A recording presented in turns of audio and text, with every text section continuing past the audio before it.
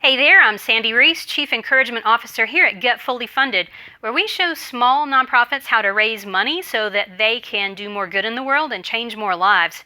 If you're like most, you know that you need a fundraising plan, but you may not have any idea where to start with it. Or maybe you've got a few things going, you're just spending a lot of time shooting from the hip, you're just kind of making it up as you go. Maybe your plan is in your head, which is not really a plan. It's time for you to get a little more serious about that fundraising plan. Nobody ever raised all the money they needed without a plan. I'll just tell you that right now. You have to have a plan. Now, if you're wondering where do I start, what should be in my plan, I want to give you a little structure today that'll help you. This is what we call our 1-10-1000 rule, and it helps you know how much of what to put in your plan. So let's get started.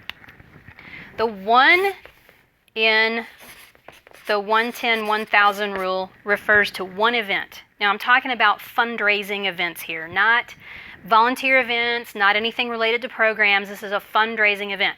What you don't want to do is little fundraising event after little event after little event after little event all year long. I know some organizations that do that, and it's exhausting. It's exhausting to the staff and the volunteers to have to keep planning and executing all that. It's exhausting to their donors and the community because it's like every time they turn around, those people are showing up trying to sell them a ticket.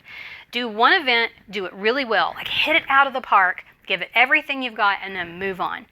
What you really want to do is make that event a signature event, which means everybody in town knows it's your event. They associate it with your organization, and it's as big as it can be. Now you're going to want to put a really nice sponsor package together and get your corporate sponsors. You'll probably need a committee. There may be some other ways that you want to add revenue streams, but do the one event, do it well, hit it out of the park, and then move on, because there's other stuff that you need to be doing, like 10 grants. Now, why 10? Well, it fits really nicely in 1-10-1000.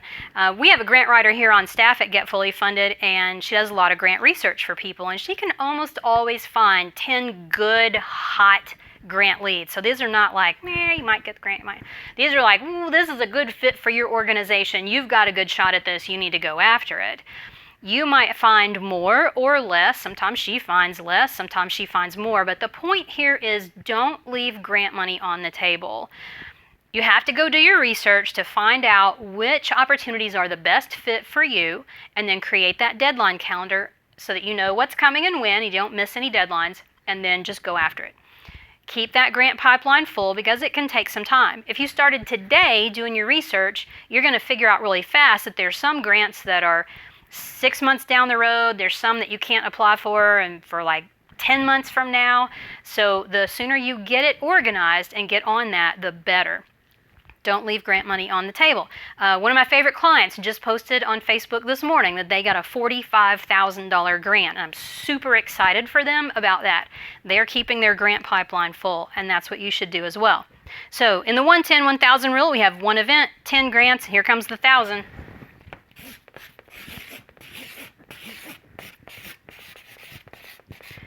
You want to build your donor base up to 1,000 donors. Now, I know for some people that seems like a lot and it's a little overwhelming.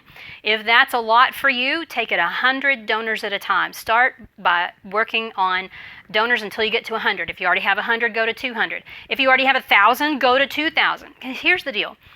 Nobody has enough donors. Well, maybe like Harvard University, but if you're here watching this video, you don't have enough donors. You need to build the donor base. You need to have donor radar that's up all the time. You're always looking for opportunities to bring new people into your donor family.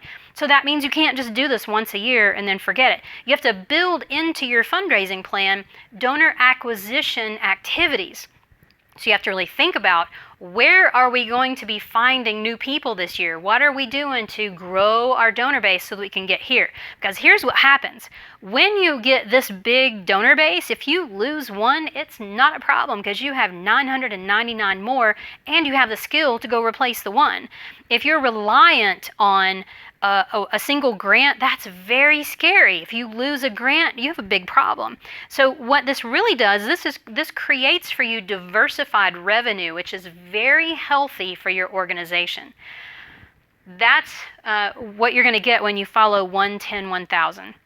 It's a really simple way to structure a fundraising plan, because really what it's going to do, it's going to have you thinking about these 1,000 donors. How do you find them? How do you nurture them? How do you build relationships? When are you asking them to give? What are you doing in between the asks? That is what needs to be the core of your fundraising plan.